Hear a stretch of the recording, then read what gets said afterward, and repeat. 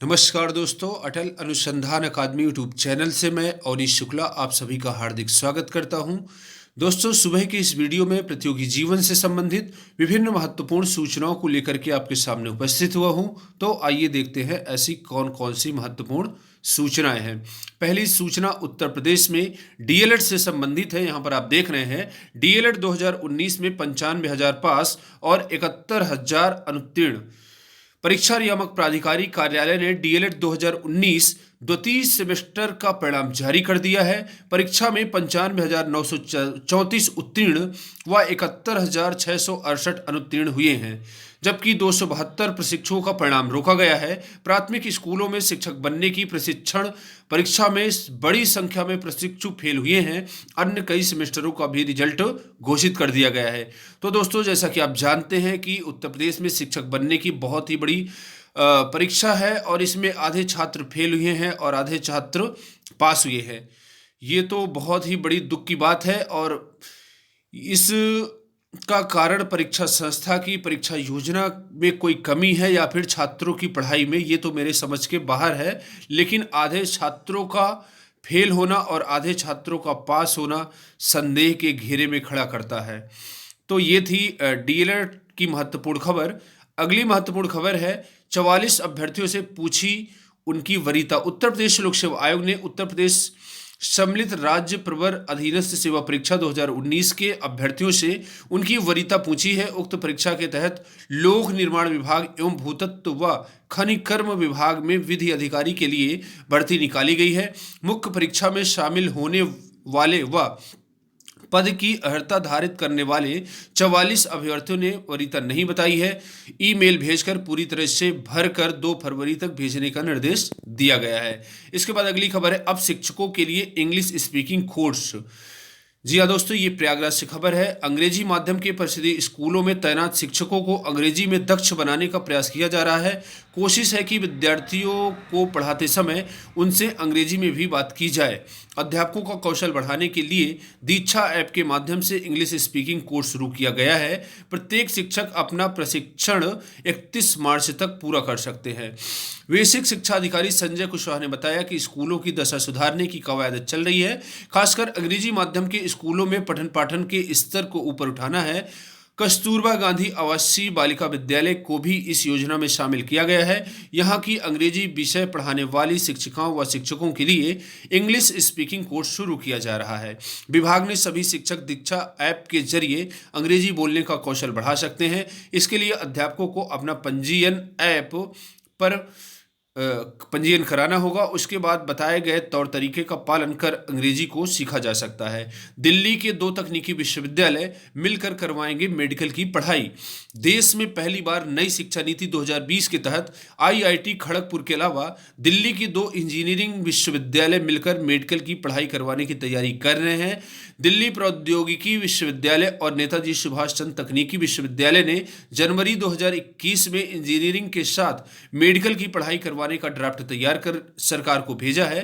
खास बात यह है कि चॉइस बेस्ड क्रेडिट सिस्टम के तहत इंजीनियरिंग और मेडिकल के छात्र अपने मनपसंद विषयों को पढ़ सकेंगे। इसके बाद एनटीपीसी की तीसरे चरण की परीक्षा के प्रवेश पत्र होने लगे download. RRB non technical popular category परीक्षा का तीसरे चरण का शेड्यूल जारी करने के बाद अभ्यर्थियों के प्रवेश पत्र डाउनलोड होने शुरू हो गए हैं। 31 जनवरी से आरआरबी एनटीपीसी परीक्षा का तीसरा चरण शुरू होगा, जो 12 जनवरी तक चलेगा। इस दौरान देश भर में तकरीबन 28 लाख अभ्यर्थी शिरकत करेंगे। इसमें आरआरबी प्रयागराज के अधीन कुल अभ्यर्थियों की संख्या 1.25 लाख के आसपास है। 10वीं-12वीं परीक्षा कार्यक्रम का ऐलान 2 फरवरी को। केंद्रीय शिक्षा मंत्री ने कहा, सीबीएसई अपनी आधिकारिक वेबसाइट पर करेगा अपलोड। केंद्रीय शिक्षा मंत्री रमेश पोखरियाल निशंक ने बृहस्पतिवार को कहा है कि केंद्रीय माध्यमिक शिक्षा बोर्ड 10वीं और 12वीं कक्षा की बोर्ड परीक्षाओं के कार्यक्रम का ऐलान 2 फरवरी को करेगा। उन्होंने सीबीएसई स्कूलों में नई शिक्षा नीति को लागू करने पर प्रिंसिपलों के साथ आयोजित वेबिनार में यह जानकारी दी है। सीबीएसई अपने आधिकारिक वेबसाइट पर डेटा शीट अपलोड करेगा। इसके बाद डीएलएड बीटीसी पहले और दूसरे सेमेस्टर में 1.13 लाख फेल। सचिव परीक्षा नियामक प्राधिकारी ने बृहस्पतिवार को रात डीएलएड 2013-15, डीएलएड 17, 18 व 19 का परिणाम घोषित कर दिया है। सचिव अनिल भूषण चतुर्वेदी की ओर से घोषित परिणाम में बीटीसी डीएलएड पहले और दूसरे सेमेस्टर की परीक्षा में शामिल 2,81,666 अभ्यर्थियों में से 1,13,167 फेल हो गए हैं। सचिव परीक्षा नियामक प्राधिकारी की ओर से कहा गया है कि परीक्षार्थी बीटीसी का परिणाम वेबसाइट पर देख सकते हैं। डीएलएड प्रशिक्षण 2017 एवं 2019 का परिणाम भी वेबसाइट पर घोषित किया गया है। यहाँ पर वेबसाइट दी गई है और वेबसाइट में जाकर के आप अपना परिणाम चेक कर सकते हैं। इसके बाद छात्रों ने वीसी दफ्तर का किया घेराव। इलाहाबाद विश्वविद्यालय में ऑनलाइन मोड में कक्षाओं का संचालन शुरू करने, पुस्तकालय खोले जाने सहित तमाम मांगों को लेकर बृहस्पतिवार को कुलपति कार्यालय का घेराव किया गया। साथ ही डीडब्ल्यूएस के माध्यम से कुलपति को संबोधित ज्ञापन दिया। छात्र मांग कर रहे हैं कि कोविड प्रोटोकॉल का पालन करते हुए ऑफलाइन कक्षाएं शुरू की जाए। बृहस्पतिवार को परिसर बहाली मंच के बैनर तले छात्रों ने कुलपति कार्यालय का घेराव किया और नारेबाजी की। इसके बाद अगली खबर है, कांस्टेबल जीडी में केरल का रिजल्ट भी जारी किया गया। कुल 55,915 का चयन। कर्मचारी चयन आयोग ने कांस्टेबल जीडी परीक्षा 2018 का पूरा परिणाम जारी कर दिया है। आयोग की ओर से 21 जनवरी को केरल को छोड़कर कुल 54,411 अभ्यर्थियों का परिणाम जारी किया गया था। कोर्ट से अनुमति मिलने के बाद अब आयोग ने केरल का भी परिणाम घोषित कर दिया है। चयन पूरा होने के बाद अब कुल चयनितों की संख्या 55,915 हो गई है। इसके बाद दोस्तों अगली खबर है, सिविल सेवा परीक्षा में अतिरिक्त प्रयास मामले में केंद्र के रुख से सुप्रीम कोर्ट आपत्ति। शीर्ष अदालत ने वरिष्ठ अधिकारी को उचित हलफनामा दायर करने को कहा है। सुप्रीम कोर्ट ने सिविल सेवा परीक्षा में अतिरिक्त प्रयास देने में असहमति जताने संबंधी केंद्र के हलफनामे पर आपत्ति जताई है। कोर्ट ने पाया कि हलफनामा अवर सचिव स्तर के अधिकारी द्वारा दायर किया गया है।